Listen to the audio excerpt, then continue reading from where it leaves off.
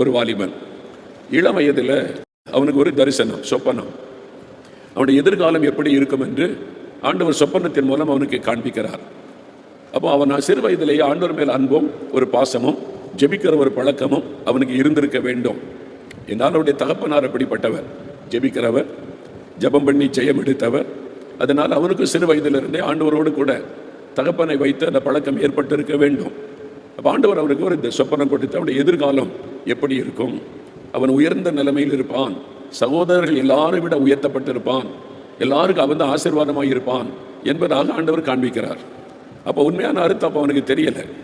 ஆனால் ஆண்டவர் தனக்கு ஒரு பெரிய ஆசீர்வாதமான வாழ்க்கை வைத்திருக்கிறார் என்பது மட்டும் யோசிப்புக்கு தெரியும். ஆனால் அது எப்படி அதை எடுத்துக்கொள்வது, எப்படி பேசுவதுன்னு தெரியாமல் ரொம்ப சந்தோஷமாக எல்லாத்தையும் சொல்லிட்டேன். நான் இப்படி சொப்பனம் கண்டேன், நான் இப்படி ஆண்டவர் என்னை பெரியவனை மாற்ற போகிறாரு அப்படிலாம் உற்சாகத்தில் சொல்லிவிட்டான்.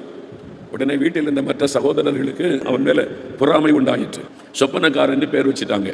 இவெல்லாம் நம்மளை விட பெரிய ஆள் ஆயிடுவானா, நம்மெல்லாம் இவங்கிட்ட போய் நிற்கணுமா? பகைத்தார்கள். சொந்த குடும்பத்துக்குள்ள அவனை பகைக்க ஆரம்பித்தாங்க. சொந்த குடும்பத்துக்குள்ள உடன் பிறந்தவங்களே கொலை பண்ணக்கூடிய அளவுக்கு துணிஞ்சிட்டாங்க. அந்த மாதிரி ஒரு ஆபத்தான சூழ்நிலைக்குள்ளே அவன் கடந்து போனான். அவன் எதிர்பாராத காரியெல்லாம் நடந்து அவன் இப்பொழுது எகிப்து தேசத்திற்கு அடிமையாய் கொண்டு வரப்பட்டு போத்திபார் என்கிறவருடைய வீட்டில் ஒரு அடிமையாக இருந்தான். ஒரு வேலைக்காரனாக சேர்ந்தா கூட வேலைக்கு ஏற்ற கூலி கிடைக்கும். அடிமைக்கு ஒரு சுதந்திரமும் கிடையாது. ஒரு அடிமையாய் ஒரு வீட்டில் வேலை செய்கிறான். பெரிய கோடீஸ்வர வீட்டு பிள்ளை, எதிர்காலத்துக்கு ஒருத்தர் பெரிய சொப்பனம் தரிசனம் கண்டிருந்தவன், ஆண்டவர் தனக்கு ஒரு பெரிய ஆசீர்வாதமான வாழ்க்கை வைத்திருக்கிறார் என்று நினைத்தவன் இப்போ அடிமையாய் ஒரு வீட்டில் உட்கார்ந்து இருக்கிறான்.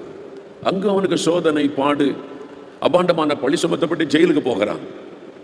எகிப்து தேசத்தில் டஞ்சன் என்று சொல்லப்படும் ஜெயில் என்பது டஞ்சன். அதுக்குள்ளே போனால் அவ்வளோதான், வெளியே வர முடியாது, சாகும் வரைக்கும் அதுக்குள்ளதான் வாழ்க்கை முடிந்து விட்டது.